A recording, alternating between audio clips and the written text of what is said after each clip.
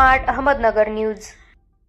जिल्ह्यातील अनेक भागात शेतकऱ्यांच्या शेतीत उगवून आलेले कोवळे पीक हरणरोही रानडुक्कर जंगली प्राणी शेतीत घुसून नासाडी करून आलेलं पीक उद्ध्वस्त करत आहे।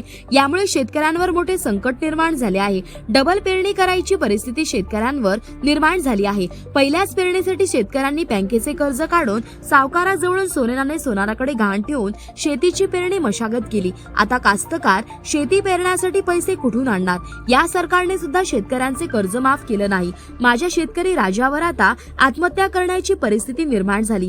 या संकटातून शेतकऱ्यांना वाचवलं पाहिजे, त्यांना दिलासा दिला पाहिजे। शेतकरी खचून जाता आत्महत्या करता कामा नये याची दक्षता राज्य सरकारने या शासनाने घेतली पाहिजे, अशी आम्ही मागणी करतो। शेतकऱ्यांवर मेहरबानी करून वन्य प्राण्यांचा बंदोबस्त केला पाहिजे, ही अपेक्षा व्यक्त करतो। शेतकऱ्याने जगायचं तरी कसं?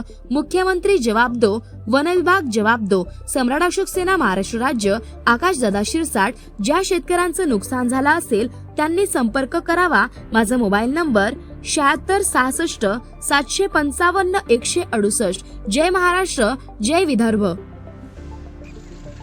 जय महाराष्ट्र, जय विदर्भ।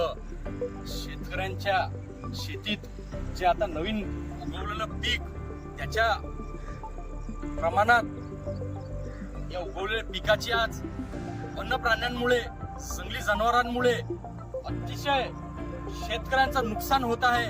तात्काळ वन विभागाने या घटनेची दखल घेऊन शेतकऱ्यांना दिलासा देण्याचं काम करावे।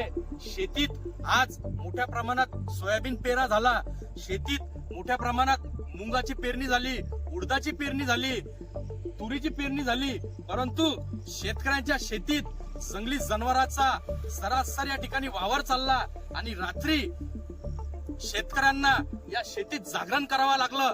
या घटनेचा तात्काळ वन विभागाने दखल घेऊन या शेतकऱ्यांना दिलासा देण्याचं काम करावे।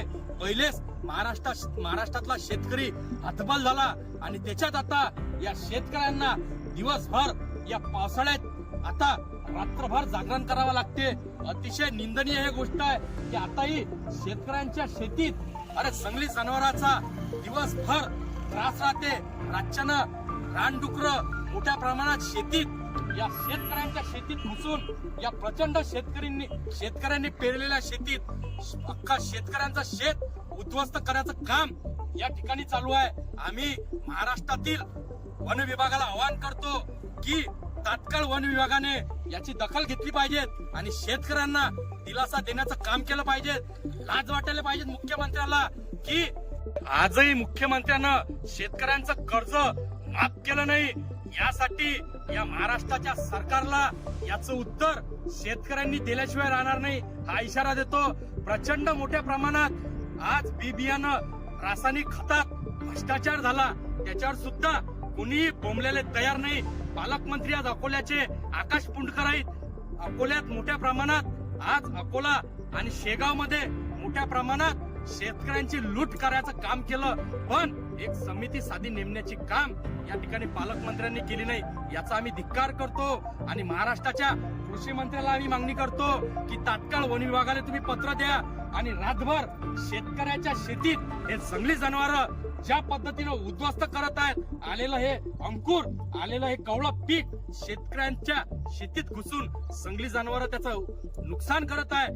हरणी असो, रानडुक्कर असो, रोहिणी असो की अनेक जंगली जनावर असो, हे रातभर या शेतकऱ्यांच्या शेतीत घुसतात आणि त्या शेतकऱ्याचा त्या 3-4 एकराचं उद्ध्वस्त करून त्या शेतकऱ्याला आज पुन्हा आत्महत्या करण्यासाठी मजबूर करतात। म्हणून शेतकऱ्यांना दिलासा देण्याचं काम केलं पाहिजे, अशी आम्ही मागणी करतो। नाहीतर यापेक्षा मोठं तीव्र आंदोलन या महाराष्ट्रात आम्ही छेडल्याशिवाय राहणार नाही, हा इशारा देतो। जय जवान, जय किसान, जय महाराष्ट्र, जय विदर्भ।